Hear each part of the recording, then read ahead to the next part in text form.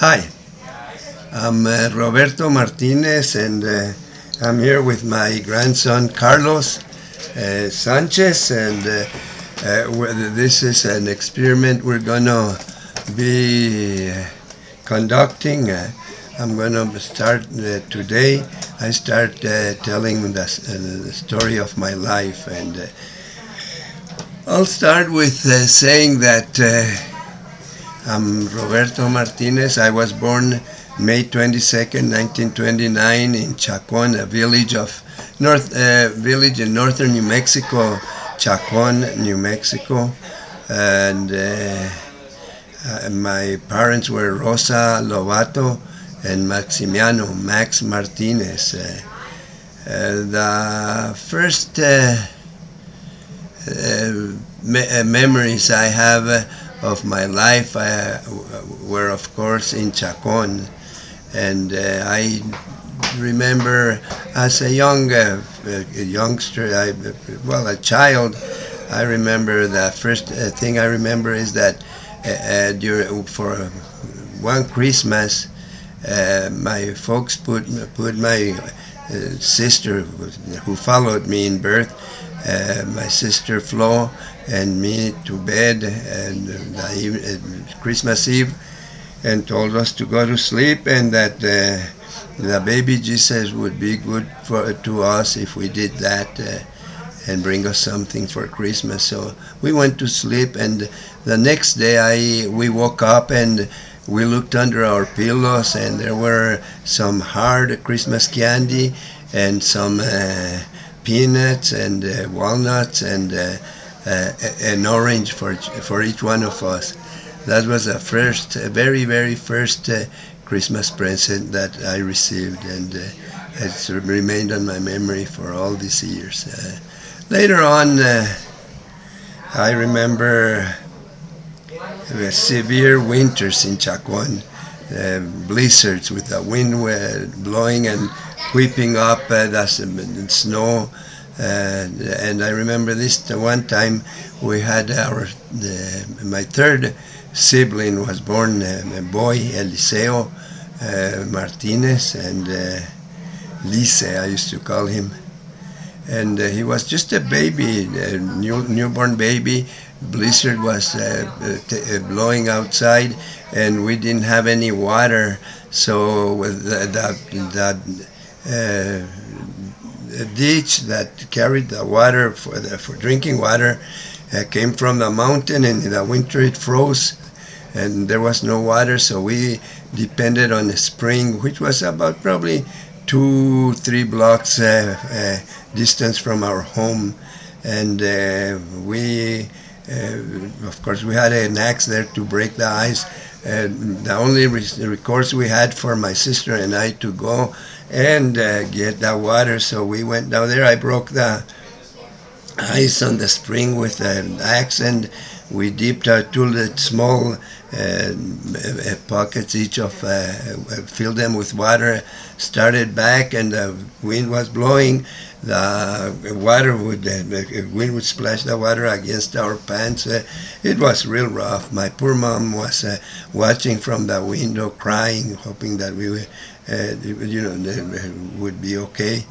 We got back home and our feet were frozen, so she took our shoes off and put our feet into a nice warm oven, the wood-burning stove. So that way we were okay. We just had a rough time. Many other rough times like that.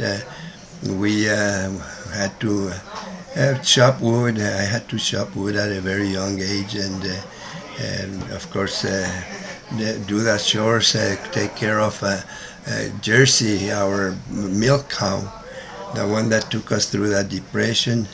I'd have to go and in the winter feed her from alfalfa hay or another kind of hay that we had harvested in the fall, and take her to bring her water. And when it was nice, and during the summer, I took her out and grazed her on the by the spring. A lot of grass grew there, and of course at that time there would be some wheat planted on the close by, and I had to really be careful because if I turned my eyes, the cow would run into the hay and eat as much or trample as much as she could, and I'd go and get it. I chew her out, and then I'd have to explain to my dad if he was there or to my mom why I had been derelict in my duties and let the Jersey get into the wheat, the siembras. And the time came for me to start going to a one-room school across we were on one banda, which was the river ran on the middle, and there was a kind of a slope up, and that was the banda, one of the bandas, or I don't know, but the other, another slope, kind of not too steep. That's a banda where we lived. It was probably half a mile in between, or maybe even a little less. We could shout from one banda to the other, from our house to my compadre Eduardo, my tia de Virginia's house, and we would. I would go to school. The school was just a little ways down from my tia Delfinia's house on the other banda. My teacher was the same teacher for all of them. It was I forget his name. I think his last name was Romero or Duran, and I went 1 year there, and a couple of things happened during that 1 year that was there. The first one was that there was a girl, Bernardita, and her brother, I forget his name, and I guess I might have been a little out of sorts with them during the school day, so that when I went I was going home, they caught up with me halfway up to the house. They lived on the same banda as we did, and they worked me over. They gave me a bloody nose. I went home, and Mom soothed my hurt feelings and wiped down my nose, and everything was fine again. The next incident during that year, I was going home from school, and after crossing the river, I happened to come up on a young skunk, and we met face to face. Of course, I didn't know what to do, and he didn't know what to do, but I saw a rock on the side, so I grabbed it and threw it at him and hit it, and I hit it, and it killed over, so I figured I had killed him, which I had.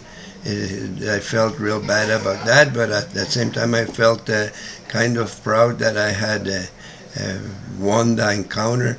I grabbed it by the tail and took it home to show it to Mom.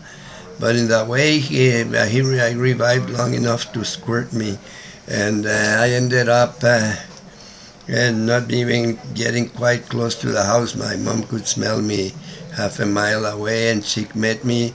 They ordered me to go to the barn, take off my clothes, and wait for her. She took a tub, filled it with water, and I had to scrub myself.